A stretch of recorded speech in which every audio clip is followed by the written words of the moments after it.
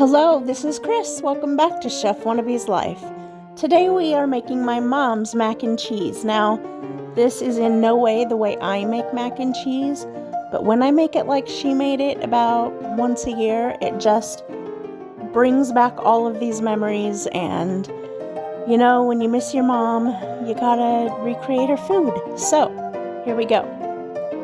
You are going to boil your pasta, and then you are going to go against anything I ever tell you, and you're going to rinse it. You're going to rinse it with cold water and cool it down.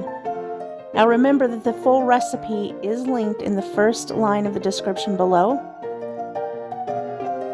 And then you are going to need your Velveeta. I know.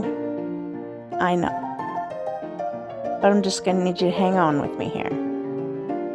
Now there's another thing about my mom. She was very, very OCD.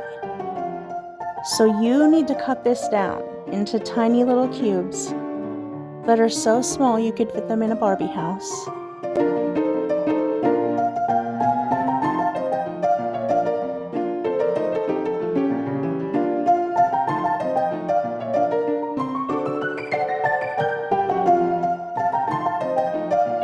Anyway, get to-ing and just to get this diced up into small little dices and toss it in your pot or bowl with your cooled macaroni. And use whatever pasta you want as long as it's shortcut. I do like either shells or just plain macaroni. And then you're going to use your cream of mushroom soup.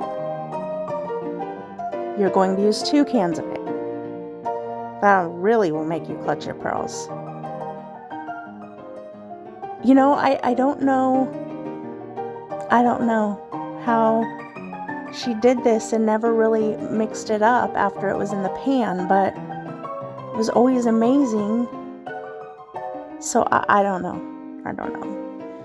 Now, the one thing about this mac and cheese that I don't like is when you go to reheat it, you can't like add a little splash of milk and make it nice and creamy and all of that again, because it has breadcrumbs on top, and that to me is very, very unnatural texture.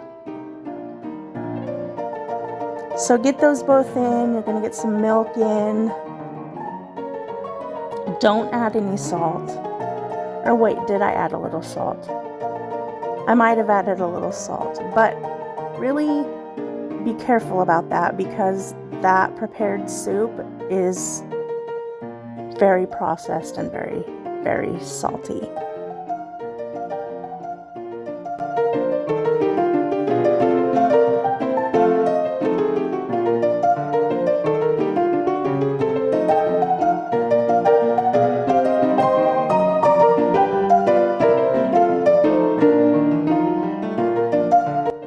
You're going to add some melted butter. Everything's better with butter. And mix her up good.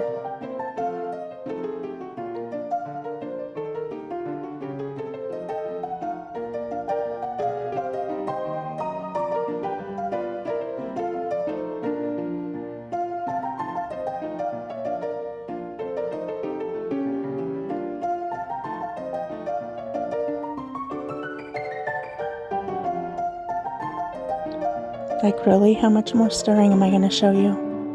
Oh, I did. I added a few twists of salt. And I am always heavy on the pepper. I love pepper. So, one thing, please don't put garlic of any form in here. I can't with garlic and macaroni and cheese. No. Spray your pan with nonstick cooking spray or butter it. Sorry, that blew through off my color for a minute.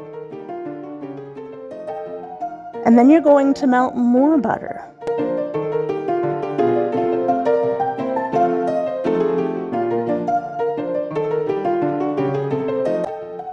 Add in your breadcrumbs, and here's where I threw in Italian breadcrumbs instead of plain ones. So guess what? You're right. Garlic and mac and cheese. But it wasn't bad.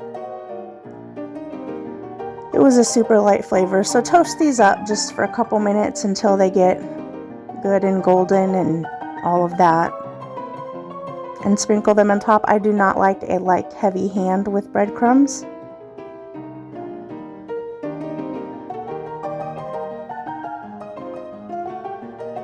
And then you are going to pop it in the oven. And again, the full recipe and the time that you cook this is all listed in the description box below.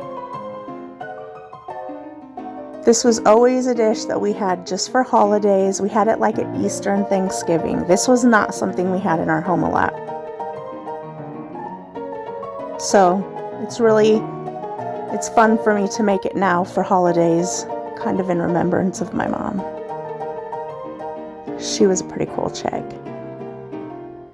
So I hope that you enjoy the mac and cheese. I hope that you give it a try. Have a wonderful holiday season, and until I see you again, do not forget to eat good food. Bye, everybody.